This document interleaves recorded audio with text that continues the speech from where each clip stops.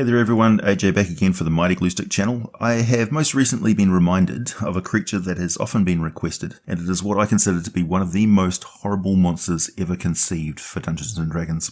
That is the Atropal. It is very fitting that this video follows on from the Tarrasque, as both of these creatures are in a very special category that I mentioned during the Dawn War video, and that is, they are both classified as abominations, creatures created by the gods and primordials as immortal weapons. Atropals, everything about them is both hideous and foul, so be prepared, there's some horrible imagery in this video. The Atropals are not, as some have mentioned, related to the undead primordial, the planet-sized head of which is called Atropus, certainly worthy of a video as one of the elder evils and a lord of destruction, creeping ever closer to the bright beacon in space called the planet Toral, but this is not about him.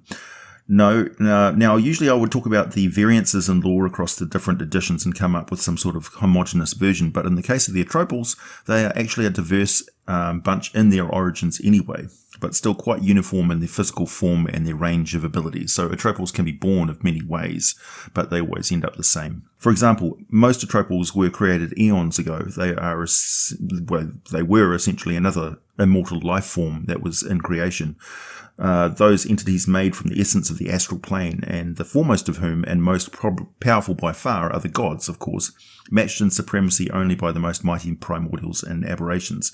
Other immortal beings of the astral plane are the angels, and the subspecies, if you could label it that way, the devils and the divas. Also, the divine constructs called the inevitables, though they were created within Mechanus, they're actually ranked among the immortals. They're made of divine stuff. However, there was, and has subsequently been, many attempts to create new immortals, new gods and angels and such, that have failed, and the result of these failures is the Atropals. Well, as the aborted attempts to create new gods, sure, total failure, but as wretched abominations that are a dire threat to all life, they're pretty top-notch. They are, to the undead, what titans are to the living, far beyond the powers of a lich, even the dreaded Draco-Lich. First, their appearance is horrific. They resemble large, huge, malformed and mutated ghoul babies. It's nothing less than a rotting god fetus that floats in the air surrounded by a potent aura of death. They have rotted and bloated flesh hanging from twisted bones, swollen joints, and stubby fingers with cruel blackened claws. Their useless legs hang limply, and their oversized, lumpy and oozing head has either empty eye sockets and a mouthful of mismatched razor-sharp teeth with long greasy tongue, or milky dead eyes with a face that looks like a newborn that was strangled to death. They are frightfully hideous to look at, and they look deceptively frail, which they mostly take advantage of.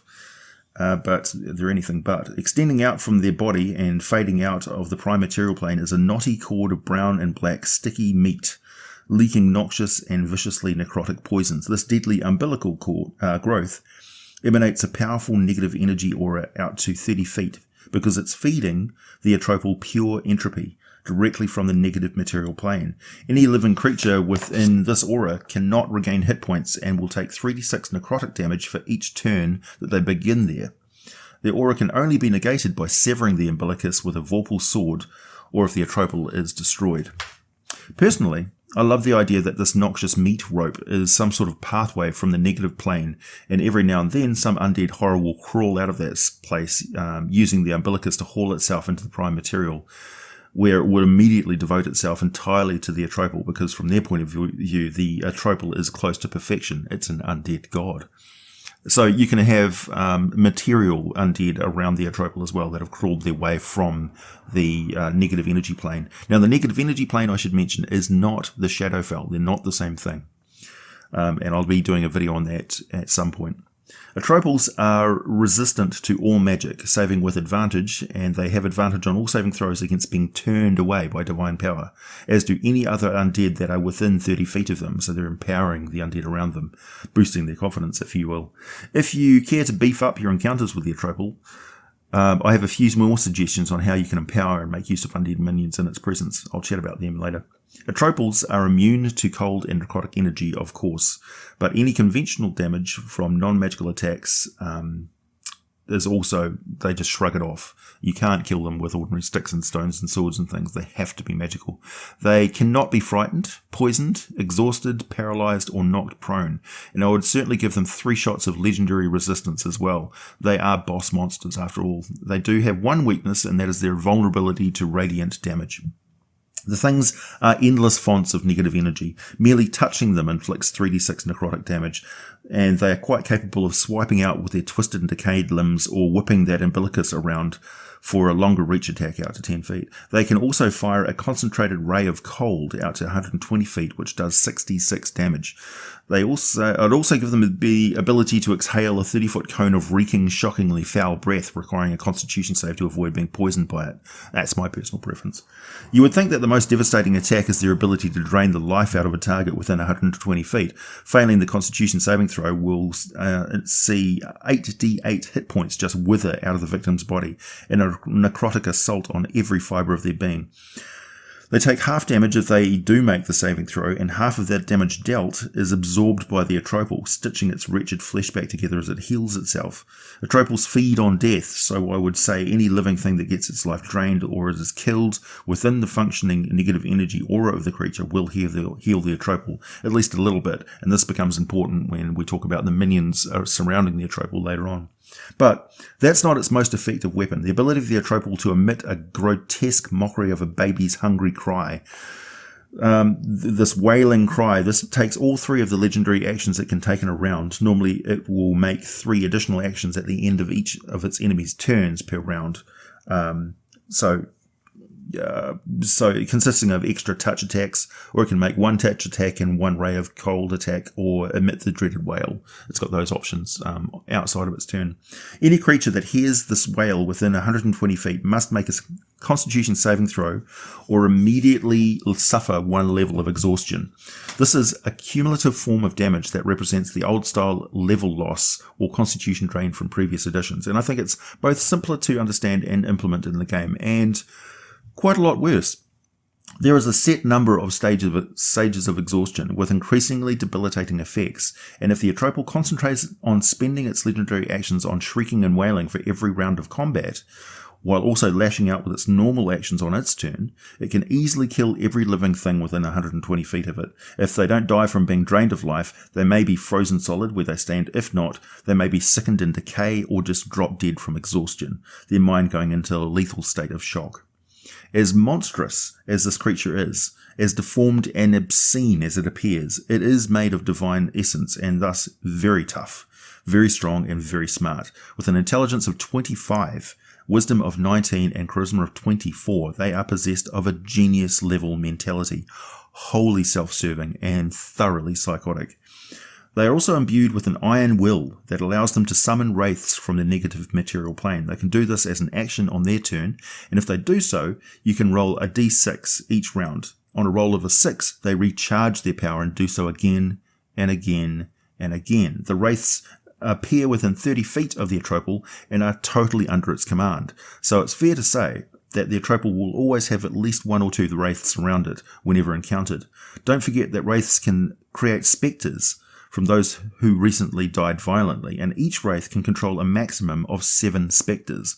Thus an Atropal would keep a stock of living nearby, simply murdering them at the first sight of danger, so the wraiths under its control can reinforce and overwhelm its opponents with wave after wave of attacking spectres.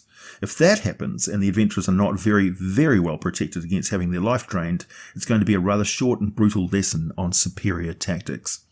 Atropals are not passive, floating horrors that merely wait for something to stumble into their lair. They are arrogant megalomaniacs with an obsession for mass murder and a pathological lust for domination and power. One good example is Zingax, the result of a divine conception that was torn from the womb of his mortal mother by the jealously enraged father.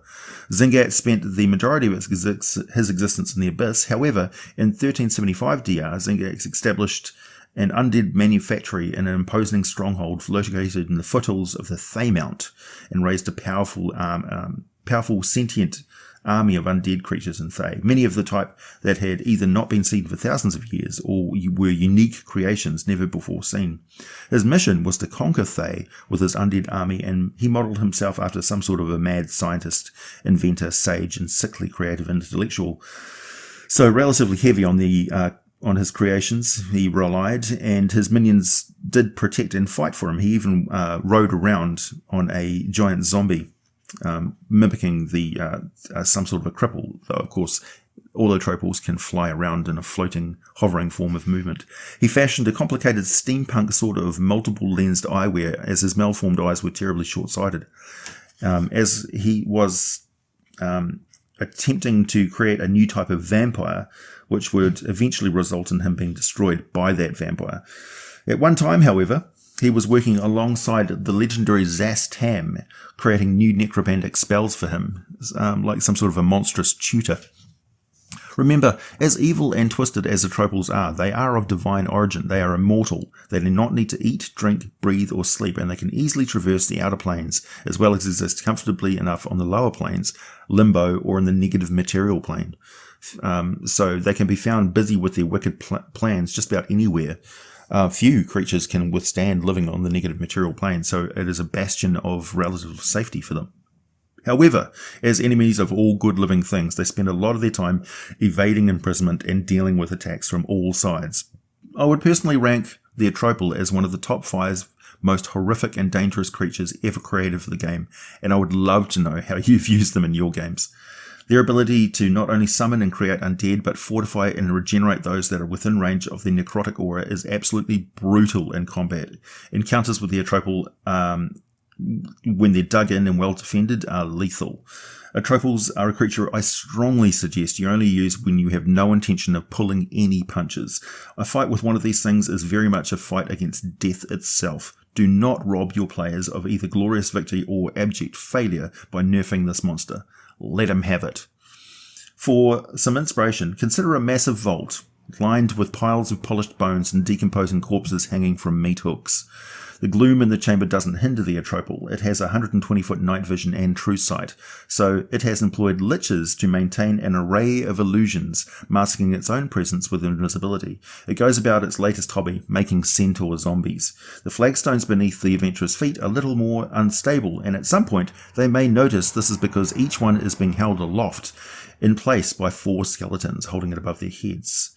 All of them are standing in a writhing and jiggling swarm of ochre jellies, which are incapable of dissolving bone, but will dissolve anyone who drops past the flagstones and hits the real floor.